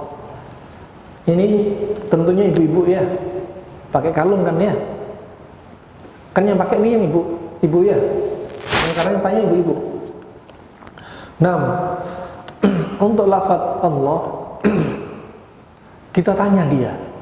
Kalau ada orang pakai kalung lafaznya Allah, tanya dulu, karena terkait dengan keyakinan. Kalau pakai kalung lafadznya Allah atau kalung walaupun itu Al-Quran isinya, jadikan kalung, ya, kita tanya, untuk apa kamu pakai kalung ini dengan lafadz Allah? Dia bilang, dengan ini bisa menolak bala, bisa mendatangkan keberuntungan. Terjatuh dalam kesyirikan enggak? Terjatuh dalam kesyirikan. Kedua, untuk apa kamu pakai kalung ini? Saya pakai kalung ini karena saya lihat indah, ada lafaz Allah, ya, tetap tidak boleh. Pertama, tulisan indah seperti kaligrafi. Lafaz-lafaz Allah bukan untuk dipajang, tapi untuk dibaca. Seandainya ada kaligrafi, ayat kursi ditaruh di tempat meja makan, ya, samping ruang meja makan, apakah Anda sambil makan sambil baca kaligrafi? Dzikir paling nggak dibaca. Dan itu bukan apa? Bukan mengagungkan syiar Allah, ya. Tidak mengagungkan syiar Allah, bahkan merendahkan, menjadikan sebagai pajangan, ya. Ketiga, kalau masuk kamar mandi, apa jadinya? Ya, masa mau masuk kamar mandi lepas kalung terus taruh di luar, kalungnya dari emas bagi ibu-ibu, ya hilang di luar. Ya. Nah, itu ya. Insya Allah cukup sampai di sini ya. Semoga bermanfaat. Jangan lupa kajian berikutnya kitab ini di bawah. Jangan lupa senjatanya, bawa pena.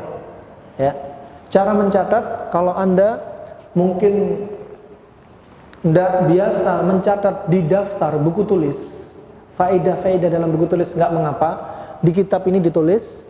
Nanti misalkan pembahasan pertama kita membahas tentang firman Allah surat Ali Imran, tulis angka 1 di atasnya, tulis di sampingnya di sini atau di atasnya catatan kaki. Ya. Mungkin sebagiannya tidak terbiasa nulis di daftar, nggak mengapa ya. Mungkin mereka lebih hobi nulis di buku, dan faedah sebagian dari mereka ketika tulis di buku gampang memurojaahnya. Sebagian mereka sulit. Ini kitabnya, ini daftarnya, buku tulisnya. Ini kitabnya di sini, nulis catatan kakinya di sini. Waduh, nulis matanya belok sana, ya. Maka langsung tulis ini nggak mengapa, ya, nggak mengapa. Insya Allah itu saja. Semoga bermanfaat apa yang kita sampaikan pada kesempatan kali ini. Dan kita selalu di atas al-haq, dan semoga Allah jaga kita dari sifat malas, dari sifat lalai. Dua sifat yang merupakan asal usul manusia dari kebaikan-kebaikan yang sangat banyak, ya. Untuk tetap semangat dalam menuntut ilmu. Wabillahi taufiq wal hidayah. Kita tutup dengan kafatul majlis. Subhanakallahumma wa bihamdika asyhadu an la ilaha illa anta astaghfiruka wa atubu ilaik.